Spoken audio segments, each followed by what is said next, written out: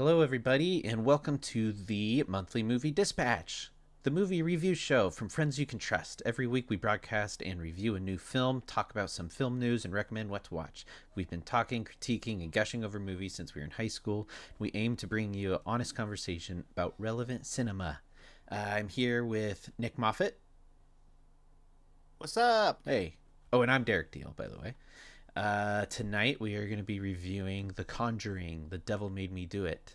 The third, uh, I don't really know how these all line up, timeline wise, but it's the third of like their flagship Conjuring movies of the Conjuring universe, I guess.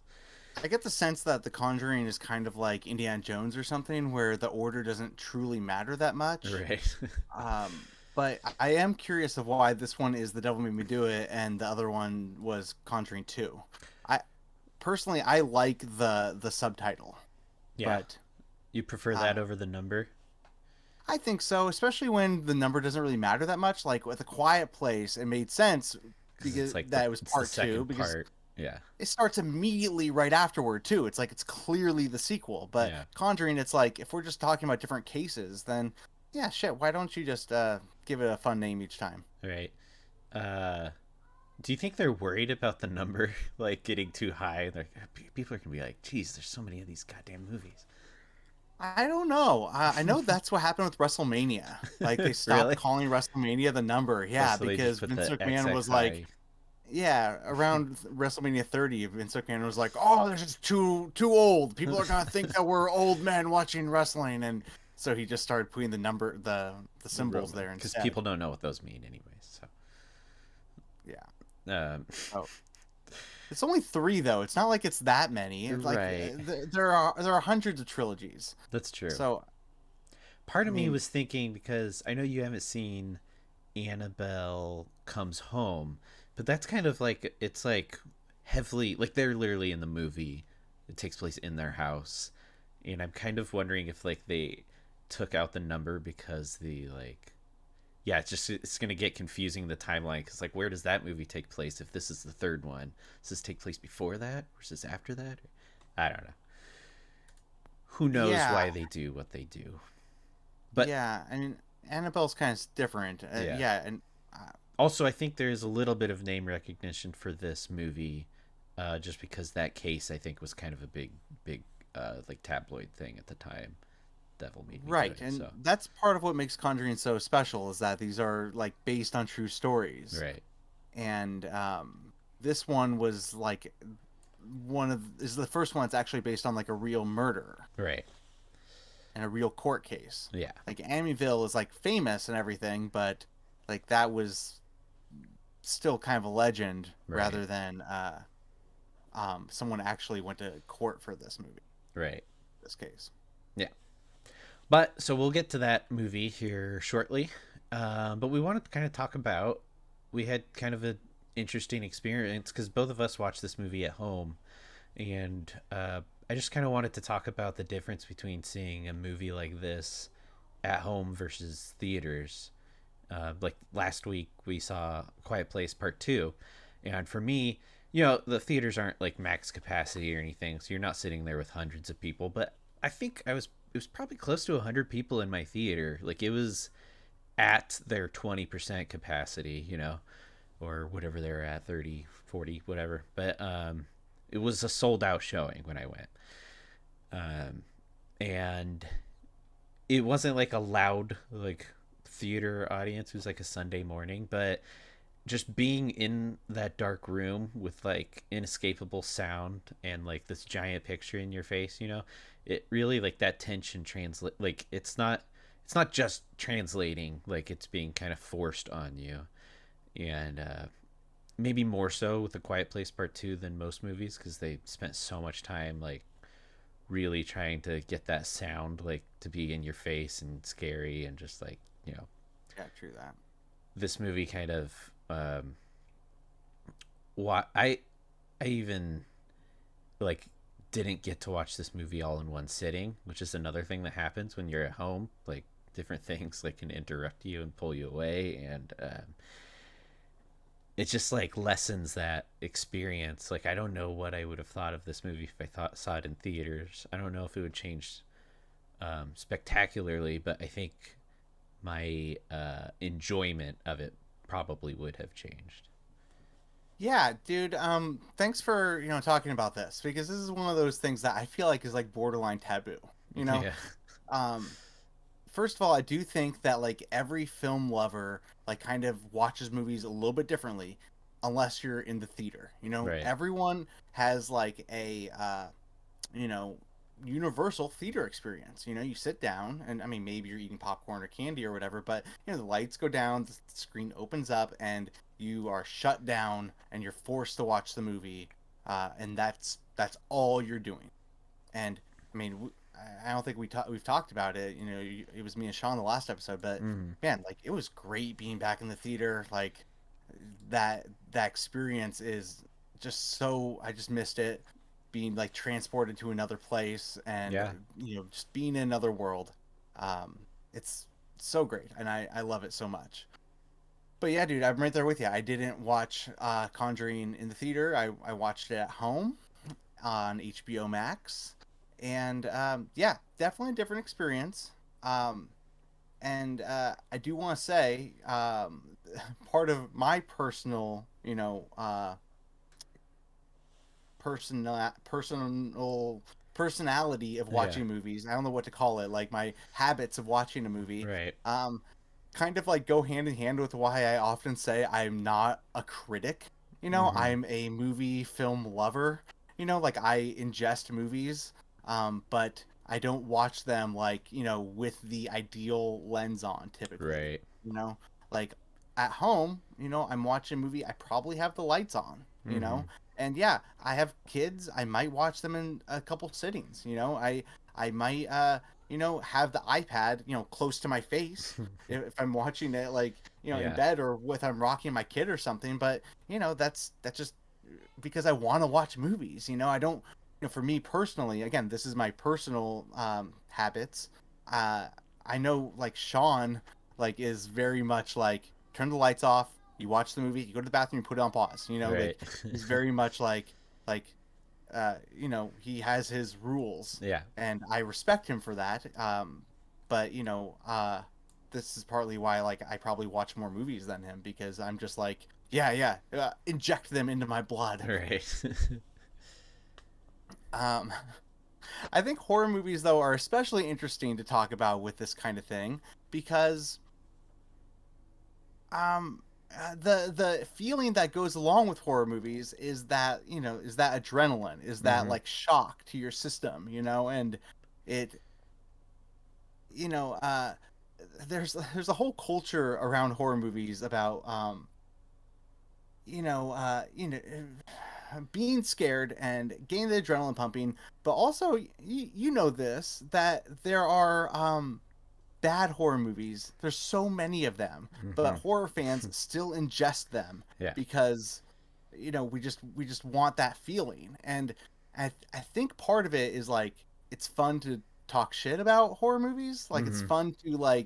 it's fun to sit back and just be like, these stupid assholes, like what are they doing? They're going into the building. What are you doing that for? It's like Right. it's fun to like talk and have a fun time during a horror movie when it's bad, and I don't mean to get ahead of ourselves with Conjuring, but like Yeah. I didn't think this was a very good movie. Right. But so I watched this with my wife Shannon, and she doesn't like horror movies, especially like The Conjuring. Like this is the Mm-hmm. kind of horror movie that like really like messes her up, Yeah. with like supernatural like devil type stuff where like you can't really control it, you can't understand it, it's not just like a human in your house, it's like an entity that's pure evil. Yeah. um no good, no good, she doesn't like that. And um but so she was kind of like, okay, I want to hang out with Nick, I'm gonna watch this movie with him, maybe I'll tinker on my phone. And she kind of like got sucked in a little bit, but then like as it turned out to be kind of a not a Stinker. great movie, Yeah. we kind of like started like just like interacting with the movie, like we were like talking about it, we were making fun of the characters, we were questioning the choices, and we had a great time Yeah. watching it.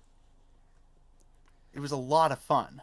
And so even though I didn't think it was a great movie, I thought it was a lot of fun. And if I saw it in theaters and I was forced to just like experience that and that alone, I might be more critical of this movie. You know, Yeah. I probably wouldn't have had as good of a time, even though it wasn't as pure of an experience. You know what I'm Right. saying? Yeah. No, I get it.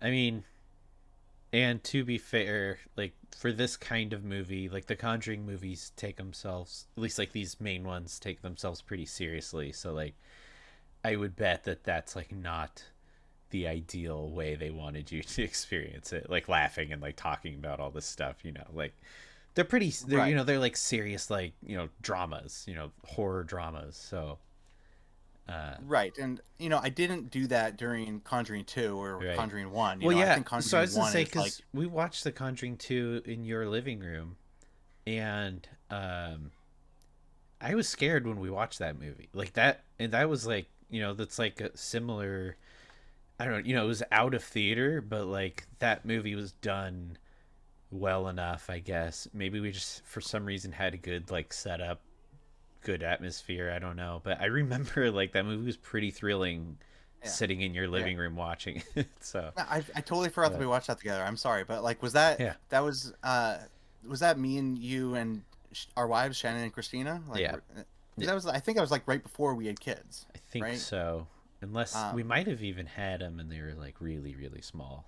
I can't yeah, or remember. maybe they were sleeping or something. Yeah, Yeah, totally. And yeah, I mean, because I remember watching that with Shan, yeah, and I remember her like running out of the room. Like, I yeah, remember like, I can't remember if we had the lights on. Maybe we had them dimmed or something. But like, I remember her like getting upset, not upset, but you know, yeah, she was like, "Screw this," and she like went to the bathroom. Like, she was like, "I'm out of here" or yeah, whatever. Because yeah, that movie was messed up. You know, yeah, like, and you know, I don't mean to say like you shouldn't interact with movies, you know, or you shouldn't take movies seriously. yeah, I'm just like, I don't know. When you watch at home, you kind of have more of a freedom to feel it out, I guess, you yeah, know. And if it's not like a good movie, you have the freedom to like either emotionally or physically check out, yeah. you know, and still have it on, but you know, maybe you're like eating dinner at the same time, or you know, or Right. I don't know. I'm not saying that you should tinker on your phone because that does like take away the experience, but you know, some people do that, and it's you know what I'm saying? Like Yeah, it's just different, and I think a good movie will bring you in, for sure. ideally, you know, and Hmm. like kind of force you to like you know pay attention to me. Yeah. And I guess this is kind of on our minds because now that we're returning to theaters after watching movies exclusively at home for a year and a half, it's like all of a sudden you're like, oh yeah, like that's what it's about. Like going to the theater, like that's a whole different feeling. And it's just kind of Right. it's kind of at least like for me, it was like kind of emotional. Like watching a movie in theaters again, it's like, it's just you have, it's like a physical feeling of watching the movie as opposed to kind of a passive um, viewing of the movie. Totally. But And like, you know, you kind of have to like make your like guess with it a little bit, I think, you yeah, know, where like next week In the Heights comes out and that's a big colorful musical. right, And you know, I'm like tempted to like try to venture see at out. the AMC like Dolby Theater. If it's playing Dolby Theater, like I feel like that would be like an engrossing, wonderful, explosive time. Yeah, It's also going to be available on HBO though. So yeah, like, you know, I might be tempted to just watch it at home and yeah, you know, I'll probably like try to take it seriously. I'll try to turn the volume up and like really get to know the sound. But yeah, like if we've talked about it on the show, seeing a movie at the Dolby Theater, you know, adds like half a star to a star at least. yeah, yeah, for sure. But yeah, so let's get to our review. Um, Yes, let's we've do it. kind of teased a little bit about our opinions on this movie, so let's just jump in. So the film again is The Conjuring: The Devil Made Me Do It, directed by Michael Chavez, and once again it stars Vera Farmiga and Patrick Wilson. Plot description: hunting demons and devils of the occult, turns out, is bad for your health. The Warrens are at it again, and this time it's their iconic "The Devil Made Me Do It" case. Watch as they battle an unknown force for the soul of a creepy boy whose relationship with the Warrens is confusing because I probably missed a line somewhere explaining it. I think he's their daughter's friend's boyfriend. We got demons hopping bodies. We got witches reanimating corpses. We got underground hammer fights in this episode of The Conjuring. Yeah. So overall, this movie was so like meh. Like it wasn't good. It didn't really have anything that I really enjoyed. I think there might have been a set piece or two that I was kind of like getting into a little bit, but not much, and they were pretty short. This is actually shorter, I think, than the other two. Also, by I think the other two are like pretty long movies, like 2.5 hours. This one was under two. Um, but yeah, for me, most of the stuff in this movie kind of fell flat, felt pretty bland, especially held up to other movies in this franchise. What I've always liked about this franchise is that they're, while it is a pretty straightforward demon possession movie, both the first and second one, they kind of made up for that kind of standard plot by constantly evolving this universe and like inventing all these really cool like monsters and stuff that they'd introduce, and each monster would have so much character to it in its 10 seconds on screen that you just like all these ideas are popping through your head. Like, what is this? What does this mean? Like, holy crap. Yeah. And while that's not required, it would be nice to see that kind of like effort put into trying to be creative, and this movie just is lacking that constantly. um, yeah, and I think part of watching it at home was I think I probably missed some details here and there. Like I pulled up IMDb multiple times because I was so confused on their relationship with the girl in the movie. Because I remembered at the beginning they introduced her daughter, and then I don't know what happened to their daughter, but then that girl was like staying in their house throughout the whole movie.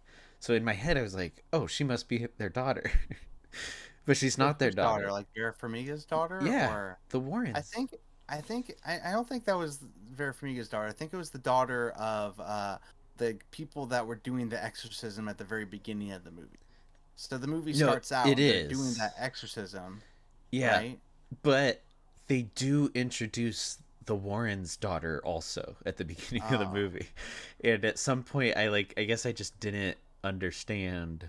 I thought dude, that. Derek, I'm right there with you, man. I'm right there with you. Like, you have no idea. Like, I'm with you 1000%. Like, seriously, dude. Like, there was a point where I literally said to Shan, like, I don't know what's happening. I feel like I missed something. And she literally opened Wikipedia and Yeah, started reading the plot summary to herself and then checking, like, being like, oh, do you remember this happening? I was like, yeah, yep, yep, yep. And she was like, well, what about this happening? I was like, yep, yep, yep. And then we got to the point where we were at that point in the movie, and yeah. I'm like, okay, well, I just don't know what's happening. Like, I don't know how they got from point A to point B to point C. Like, All right. it just felt like things were just happening in this movie, and they didn't really give you enough to lead you to a direction, which was ultimately very disappointing because this is based on like a real court case Yeah. apparently, and oftentimes horror movies have like mystery surrounding them. That's Hmm. like part of the fun often with horror movies is that there's like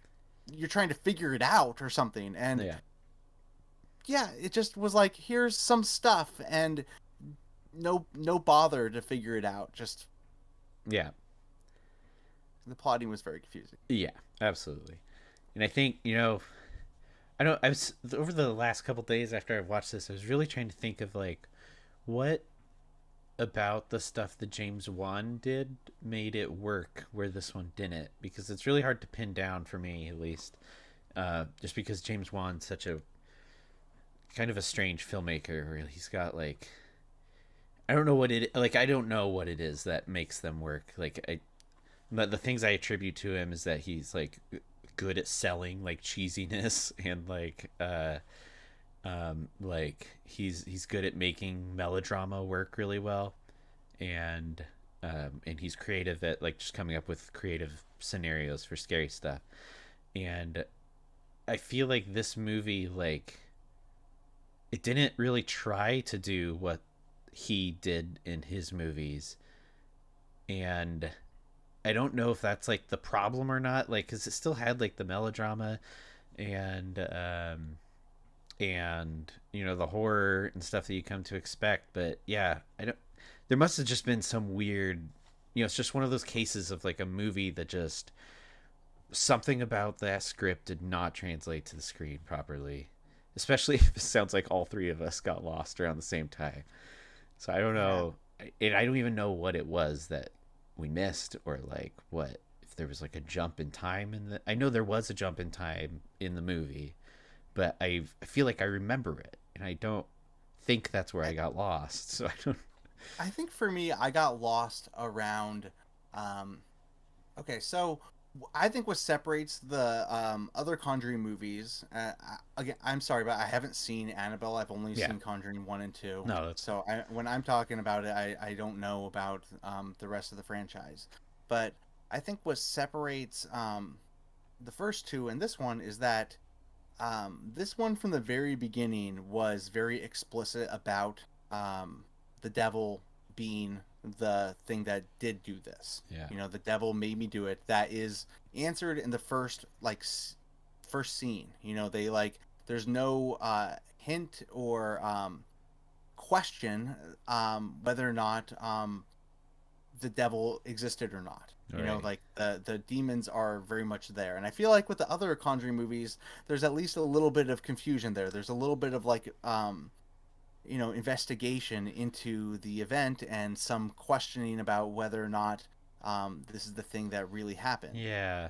Like there's some skepticism involved in it, whereas this one, like from the opening, you're like, okay, well, this stuff you're showing me right now is obviously like there's no question about what's happening here. Like Right. I mean, it was really kids confusing right contorting from the into get go a because knot. yeah, I mean, they did this exorcism, and the boy is like, he has, there's like the kid who's possessed, and then like Yeah, the girl's boyfriend, he like grabs the little boy, and he's like, "Take me instead, let him go, take me instead," and then, um, like he gets taken, and then yeah, everything stops, yeah, and then like it cuts to like the next day or a week later or something, and like that kid has been like sleeping for like 36 hours, and yeah. they're like, "Huh, you're sure acting weird," and like no one acknowledges that that went down, Oh, I and see. Yeah, they're like, yeah, everyone's like totally normal, just like having fun at home and like cleaning the house and like, do, nothing happened. successful exorcism, and Yeah, it that's just funny. it just to me felt like this movie didn't really care about like the realism of it. Hmm. It didn't feel like it needed to take the time to work through the steps to establish or investigate um the mystery of it all, whether or Yeah, not the devil actually did it, whether or not this kid might just be going insane, whether or not like temporary insanity, or I mean, like there's yeah, no they didn't interview anyone else in the town. They didn't like really set anything up except like this guy got possessed, and um the devil is probably out there.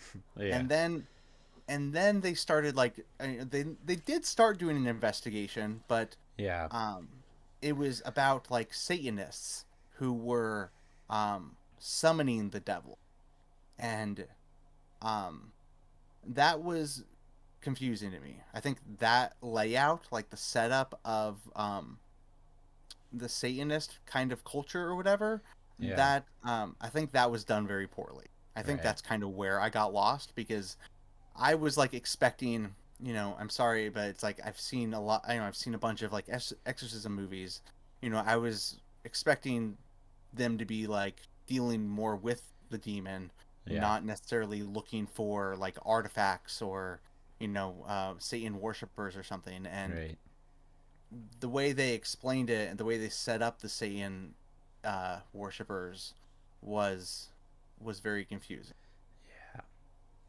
Yeah. No, I agree. I mean, I guess it kind of seems like maybe with you talking about like them not setting up the mystery properly and stuff, I think they kind of just chose maybe the wrong mystery to focus on. So I feel like a large part of this movie doesn't really have anything to do with the case. Like it's all, yeah, I guess like the mystery is really about, yeah, the cult, right? They're trying to find like who like was summoning the demon and stuff, which is a fine thing to have as part of the investigation of the case.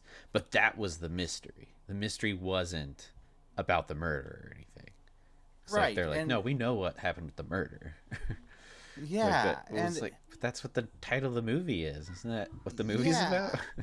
and like the fact that this is based on real case, like I want to know about the real case. Like I Right. want like more time like in court. I want to know like what happened with the exorcism. Like I want like those sort of details, not Yeah. like, right when they started going off to like, oh well, something similar to this happened in Ohio, and Hmm. then they like go to Ohio. I was like, where are they doing in Ohio? It probably wasn't Ohio. I can't remember where they were, but Yeah. you know what I mean. Like they kept traveling to these different locations to like investigate similar happenings, and I was like, is this relevant? Right. I'm not sure. Yeah. Like I Um, couldn't even tell you what was the like culmination of that storyline. Like, I mean, I know how it ended. I just don't know what that had to do with the movie. Honestly, I mean, I know so they figured out that that was part of like the like prophecy of this demon, right? It was like his steps. He needed to like take 3 souls or something, and so they confirmed that girl was. Oh, okay. It's all coming to me now, but it yeah. still does not work. But I'm just remembering it's like there's like a side storyline where they have to help out a detective in order for our storyline to continue. So he won't let our storyline continue pretty much until they solve his like murder case that's kind of tangentially connected to this one. So Oh there's like a right. half hour of that, and And then then the they get back Warrens to our get story. and then the Warrens get like wrapped up in the Satan worshiper because they're investigating this other one, Yeah, and then it like eventually comes back around to the initial kid who was like in jail yeah, awaiting trial. um yeah, it yeah. was confusing. There, And I can will. I just no, you No, go. go ahead. Go ahead.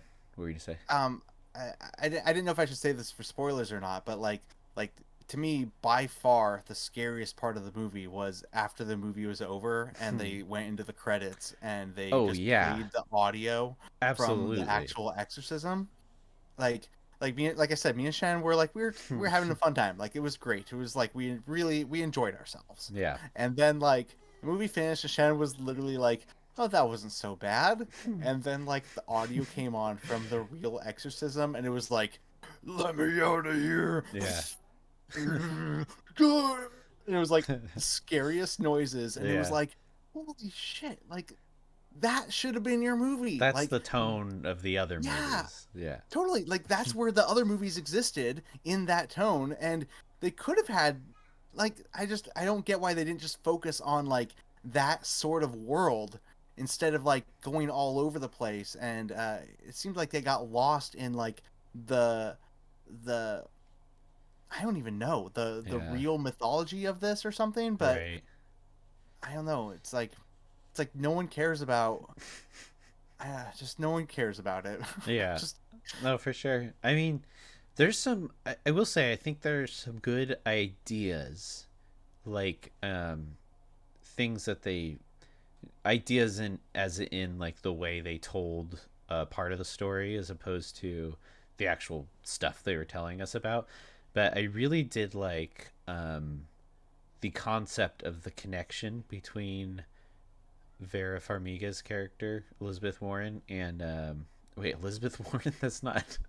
Wait, what's her name? yeah, it was Elizabeth Warren in the So movie. Elizabeth Warren is a Ghostbuster. That what is her name? Whatever. The Warren lady, Mrs. Warren. Mrs. Warren, and the cultist. I did not necessarily like towards the end. I thought I don't know, they went a little overboard with it, but I did like the morgue scene. Just the morgue scene in general, I think worked great. I agree completely, Derek. That scene was excellent. Yeah. In that scene, they go to the morgue, and then she like touches a dead body that had been possessed or something, Yeah. and then she like got transported into like this like other like world because she's a medium, and she like saw um the Satanist kind of like operating in like this like space, Yeah. and It was like a VR, like yeah, yeah, Oculus thing. and she goes like, and they saw each other though, and it was Yeah. like the connection works both ways, and so because she made the connection, then the cultist lady was like able to get into their world, like where they were at, and Mm. um, yeah, I agree completely. That scene like picked it up. Like Yeah. at that moment, I was like, okay, here we go. The movie's like kicking into gear. It's gonna finish strong. This Yeah. is great. I got like really into that scene, Yeah. Me too. and then That it kind of like, and promptly then goes kind of like, away. yeah, it kind Yeah. of just like went back to how it was before. Yeah. And they do that a couple times, but never as effective as that scene there. And there's like a side B plot that I guess kind of works too. I think just because we're now 3 movies deep following these characters, which is Mr. Warren's like health is like coming into play, and I wish they found a more creative way to implement that. But it was like as these characters, as we've spent enough time with them, we do have a relationship with them, and I did like that they were trying to evolve that storyline to some extent, at least.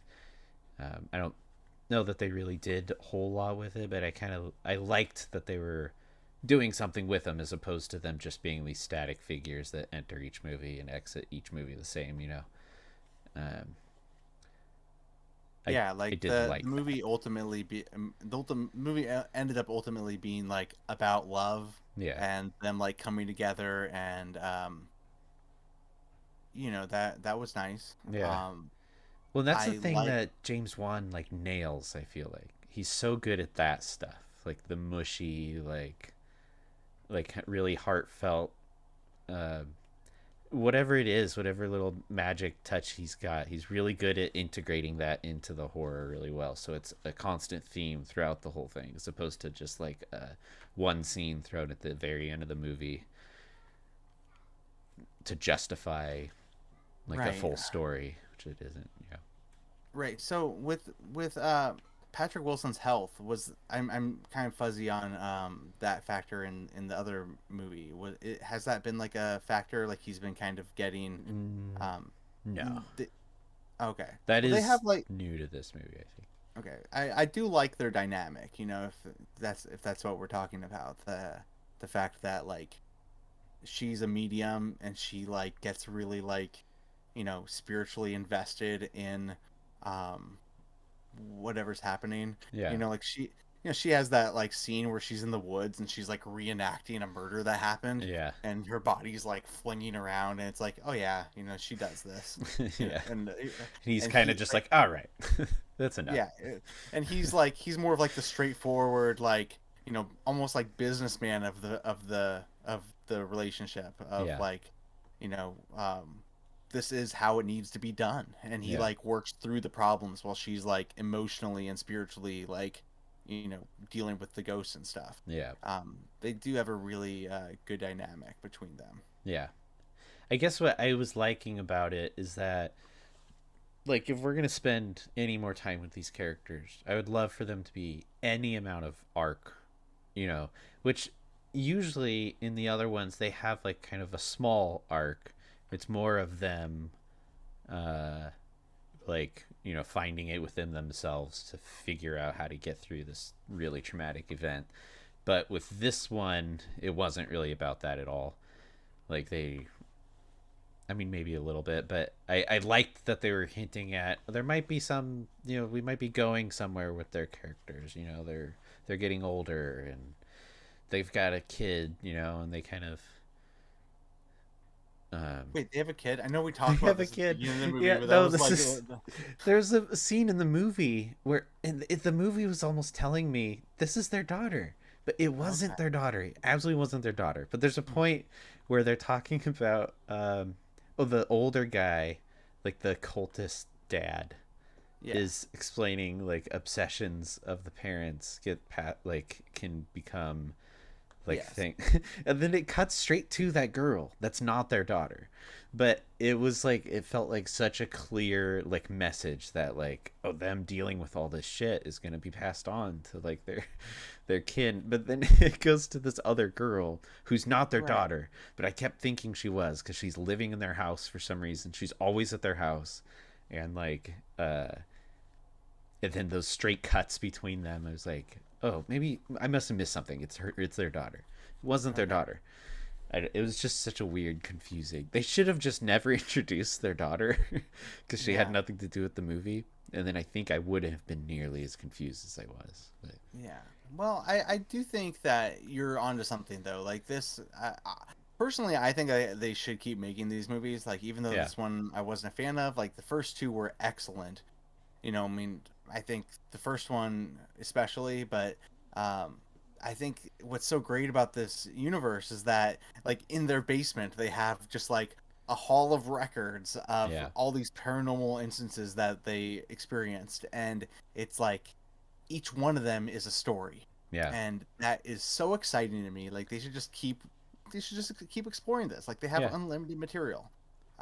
But I hear you though. Like that was like that concept of that that older gentleman in the movie whose daughter turned out to, or who he said that thing about how he was obsessed with the cult, and then you pass things on to your kids. yeah, Um, that's a pretty interesting concept, especially as a parent. We're both parents now. Like that's something that parents think about of like what even not talking about horror or anything like that. Like right, what are your kids going to like that you like, and how are your kids going to be separate from you? Like what direction are they going to go in? Do you want them to go in the same direction as you, or do you want them right, to completely do their own thing? And um, if they did make their daughter more of a character, like there's a lot they can do with that. There's a lot of like really interesting and emotional directions to go in. yeah. Well, Annabelle Comes Home is about their daughter. Okay. Like it takes place in their house. It's about her. It's like a John Hughes movie mixed with like the Conjuring universe.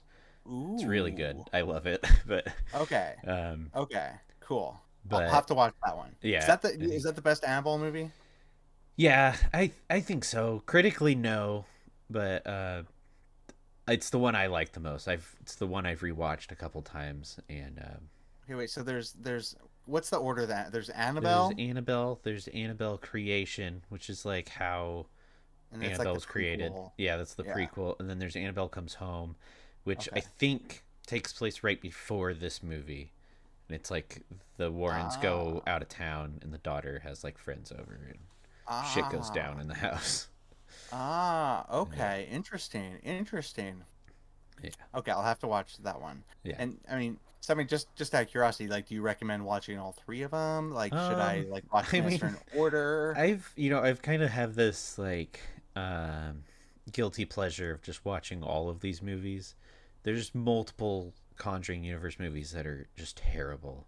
And I think the first Annabelle falls in line with the terrible ones, but it's kind of fun to watch just to have it as like the knowledge in your head about Sure. mythology and stuff. But Yeah, uh, I'm in the same way. I'm yeah, in the middle of watching all the Terminator movies, and right, it's just fun to like explore the whole franchise. yeah, for sure. So I don't mean to put you on the spot, but like, do you off the top of your head like have them ranked? Like, do you have Um, a personal ranking of the Conjuring movies? Not specific. I've kind of looked at them like the Annabelle. I kind of look as their own thing, even though they're obviously not. But I haven't like in my head put them against like the mainstream Conjuring movies. I probably think the first Conjuring's the best one, and then as far as like preference, ones that I'll watch again, probably Annabelle Comes Home might be my second favorite, and then Conjuring 2, and then Annabelle Creation, and then the rest are kind of a blur because they're just kind of messes. Right. Then there's like also Um, like the Nun and yeah, the the Curse of La Nun. Llorona, Yep, right? Okay, and that's all and of them basically, yes, I or believe maybe the so. same one. And then the first Annabelle movie, but Right. Yeah, I know they have plans for more. I feel like the other Conjuring movies were always good teases of like places the next ones could go. This one definitely lacked that like tease. I didn't really feel it. Didn't feel like it was a final chapter either, though. It was just kind of like overall this movie was just kind of there and just not really anything notable came out of it. But Yeah, I mean, hopefully they do another one, and it just kind of. I would hate for the main thread of the Conjuring movies to just like dwindle out and yeah. limp into the finish line, Hmm. especially if they're. I'm sorry, I didn't even realize that their daughter was like a main character in Annabelle Comes Home. So Yeah, but it's a that different makes me think. actor in this movie too that plays her. Okay, Uh, that's fine, but yeah, it doesn't really matter. But um, yeah, but that does make me feel like they have. It's like there's story to be had with the Warren family. yeah, So there. And I will maybe say, oh, right, finish your thought I was there. thinking that Sorry. maybe James Wan will come back and do the fourth one or something. Yeah, yeah. It'd be cool if they could find a way to close it up nicely with like a good director and or even if they don't close it up, it would just be nice, yeah, to see it continue in similar fashion as it has in the past. Just like they've been dependable, like big blockbuster horror movies, and this one just didn't feel like that. Yeah. Um, I forgot what I was gonna say a second ago, but Oh, I'm sorry. no, it's okay. um, yeah. So, what do you have any other final thoughts about the movie you wanted to talk about, or? I don't think so. Honestly, I think we mostly covered it, and we didn't really do a spoiler section, but I don't really think that we need to. Yeah, There's nothing I really need to like dive into any further. I feel like I love that we compared these movies because, yeah, like I said, I'm pretty interested in the series. I just haven't gotten around to watching all of the or any of the side stories yet. yeah, But maybe for horror movie month or something, I'll start watching them or something. yeah. That's kind of what I used last year to just kind of catch up on them because they're, especially the lesser ones, they're pretty casual to just flip on, and just kind of watch and not have to worry about atmosphere or anything. It's just kind of schlocky horror movies. So, Yeah. um, all right, cool. Well, that was The Conjuring. The Devil Made Me Do It. It is in theaters and HBO, right? Yeah, it's Yep, got to I be in watched theaters. HBO Max. Yeah. Okay, yeah. Oh yeah, it's definitely in theaters. Yeah, for sure. Okay, so yeah, you can see it in either of those places. Next week, we're going to be doing In the Heights. That's going to be Sean and Brandon. That movie will also be available on HBO Max. Man, HBO Max is like delivering. Holy crap. This year is nuts with streamable Yeah, I mean, movies. it's that thing. They they, agreed to that contract with Warner Brothers like I know. mid-pandemic, Yeah. and it's all happening right now. Do you think they're actually Um, going to follow through with Dune, putting Dune on HBO Max and yeah, theaters at the same uh, time? maybe. I mean, we'll see. Yeah, I don't know. We'll see. Yeah, I Um, guess we'll see what the world's like in 6 months. But yeah, I mean, yeah, the whole box office thing is very curious right now. yeah. So you know, Conjuring still made a lot of money. Mm-hmm. Still made a fair amount of money. Um, it beat out A Quiet Place. At Quiet least Place. I don't have the numbers in front of me, but it was the number one movie in America this last week. So Yeah. It made 24.1 million last weekend. So yeah, yeah, it's not bad, especially considering everything. So um, cool. Well, I think that's it. Don't forget to like and subscribe to our channel. We do this every Tuesday. Yeah, I'll see you next time, Nick. cool. Great talking to you, Derek. This was fun. See ya. Bye.